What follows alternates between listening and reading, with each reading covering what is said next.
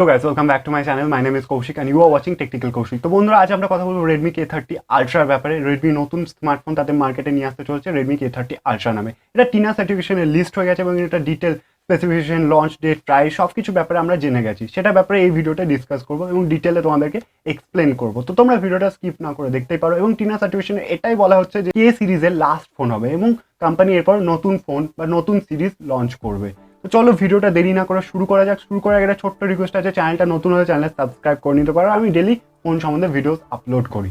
তো প্রথমে আমরা ডিসপ্লে এবং ডিজাইন নিয়ে কথা বলবো। তো ডিসপ্লে এবং ডিজাইন নিয়ে যদি কথা বলতে হয় তোমাদেরকে একটা ইমেজ আমি শেয়ার করছি ডিসপ্লেতে, সেখান থেকে দেখে বুঝতে পারছো এটাতে পপ আপ সেলফি ক্যামেরা হবে।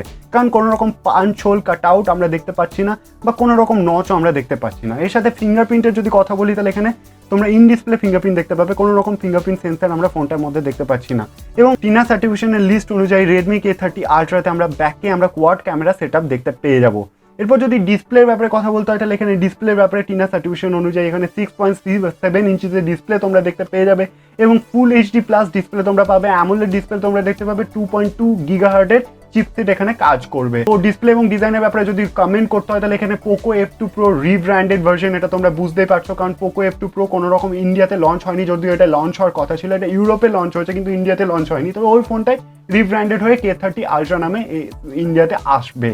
এবং এটা পোকো এবং Xiaomi তো হতেই থাকে, কারণ পোকোর যেটা রিসেন্ট ফোন লঞ্চ করলো M2 Pro সেটাও কিন্তু Redmi Note 9 বা Note 9 Pro রিব্র্যান্ডেড ভার্সন। সেরকম একইভাবে আমরা Poco F2 Pro rebranded version K30 Ultra সেটা আমরা দেখতে পেয়ে যাবো।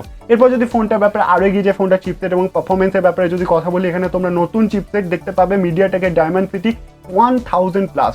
তো চিপসেটের ব্যাপারে যদি কমেন্ট করতে হয় কোনো রকম কমেন্ট করা যাবে না, কারণ এই চিপসেটটা একদম নতুন, এটা প্রথম এই ফোনে ইউজ হচ্ছে। তো যদি গেমিং পারফরমেন্স এবং কীরকম তোমরা পারফরমেন্স পাবে ফোনে সেটা কিন্তু এখন বলা যাচ্ছে না, এটার জন্য তোমাদেরকে ওয়েট করতে হবে। তো যাই হোক, ফোনটার ব্যাপারে যদি আরও এগিয়ে যায় তাহলে ফোনের আমরা স্টোরেজের ব্যাপারে কথা বলবো, সেটাও টিনা সার্টিফিকেশনে একদম লিস্ট হয়ে গেছে এবং সেটাও জানা যাচ্ছে যে 6GB RAM 128GB স্টোরেজ তোমরা বেস ভেরিয়েন্টে এই ফোনটায় দেখতে পাবে এবং 8GB RAM 256GB storage middle ভেরিয়েন্টে দেখতে পাবে এবং 12GB RAM 512GB স্টোরেজ তোমরা লাস্ট ভেরিয়েন্ট এই ফোনটা দেখতে পেয়ে যাবে।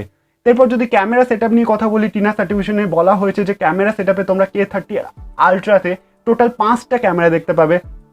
পিছনের দিকে তোমরা 64 মেগাপিক্সেলের কোয়াড ক্যামেরা সেটআপ দেখতে পেয়ে যাবে এবং সেলফিতে তোমরা পপ আপ সেলফি ক্যামেরা 20 মেগাপিক্সেলের সেলফি ক্যামেরা তোমরা দেখতে পেয়ে যাবে, যেটা আমরা K20 বা K20 Proতেও দেখতে পেয়েছি। তাহলে ক্যামেরার দিক থেকে সেরকম কোনো নতুন আমি দেখতে পাচ্ছি না। দেখা যাক সেন্সারে কি ইমপ্রুভ করে, যদি কোনো সেন্সারে ইমপ্রুভ করে তাহলে অবশ্যই সেটা নতুন কিছু হবে।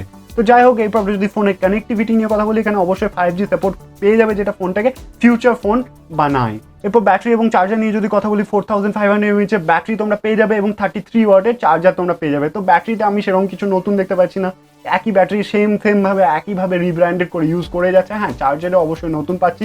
K20তে আমরা 18 ওয়াটের চার্জার পেয়েছিলাম বা K20 Proতে আমরা 18 ওয়াটের চার্জার পেয়েছিলাম, এখানে 33 ওয়াটের চার্জার পাচ্ছি। তো যেটা ভালো সেটা ভালো বলতেই হবে। এটাই ছিল পুরো ব্যাপার K20 Ultraর ব্যাপারে, যেটা আমি তোমাদেরকে এই ভিডিওর মাধ্যমে বললাম। আশা করি ভিডিওটা তোমাদের ভালো হয়েছে, তাই ভিডিওটাই লাইক করে দেবে। এরপর প্রাইস এবং লঞ্চ ডেটের ব্যাপারে যদি কথা বলি, তাহলে এখানে অফিসিয়ালি Xiaomiর তরফ থেকে এখনো কিছু বলা হয়নি কত প্রাইস হবে বা কবে লঞ্চ হবে। তবে যেটা আন্দাজ লাগানো যাচ্ছে এবং যেটা টিনা সার্টিফিকেশনে বলা হচ্ছে, যেটা K20 এবং K20 Pro 30,000-এর কাছাকাছিতে আমরা দেখতে পেয়েছিলাম। K30 Ultra যে ফোনটা আসছে সেটা কিন্তু একটু আপডেটেড হচ্ছে K20 সিরিজের থেকে, তাহলে একটু বেশি প্রাইসে তোমরা অবশ্যই দেখতে পাবে। তো এটা তোমরা 35,000-এর আশেপাশে তোমরা ইন্ডিয়াতে দেখতে পাবে এবং 40,000-এর আশেপাশে তোমরা বাংলাদেশে দেখতে পেতে পারো। এবং যেটা লঞ্চ ডেট বলা হচ্ছে সেটা কিন্তু আগস্টে বলা হচ্ছিল টিনা সার্টিফিকেশনে, বাট সেপ্টেম্বর মাস করে ইন্ডিয়া এবং বাংলাদেশে দেখতে পাবে, সেপ্টেম্বরের মিডিল করে। এটাই ছিল পুরো ব্যাপার K30 Ultraর ব্যাপারে। আশা করি ভিডিওটা তোমাদের ভালো লেগেছে। ভিডিওটা ভালো লাগলে চ্যানেলটা অবশ্যই সাবস্ক্রাইব করে নিও, কারণ আমি ডেলি ফোন সম্বন্ধে ভিডিও আপলোড করতে থাকি। দেখা হচ্ছে এরকমই একটা ভিডিওর সাথে, এরকমই একটা ইন্টারেস্টিং টপিকের সাথে। ততক্ষণের জন্য টাটা।